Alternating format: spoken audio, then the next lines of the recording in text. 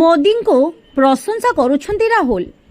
आज प्रधानमंत्री मोदी केरल वायनाड ग्रस्तरे जाई सेठिकार प्रलय स्थिति अनुध्यान करिवे, जहाकु नेई लोकसभा विरोधी दल नेता राहुल गांधी मोदी को प्रशंसा करिसेंती।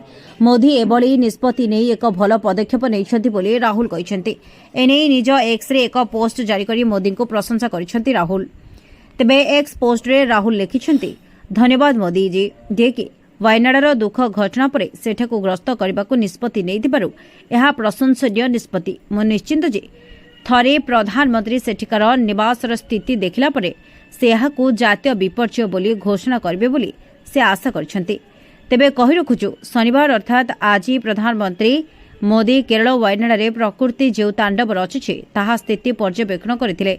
प्राय दिन 11टा पाखापाखि घटनास्थल में पहुंची आकाशमार्ग स्थिति परखिबा पर मध्याह्न प्रभावित अंचल को जाई रिलीफ कैंप एवं डाक्तरखाना परिदर्शन करेंगे। सेठरे से भूस्खलन पीड़ित एवं आहत लोक भेटिबे। यह सहित स्थिति समीक्षा बैठक में अध्यक्षता करेंगे Modi. Bureau report, public talk.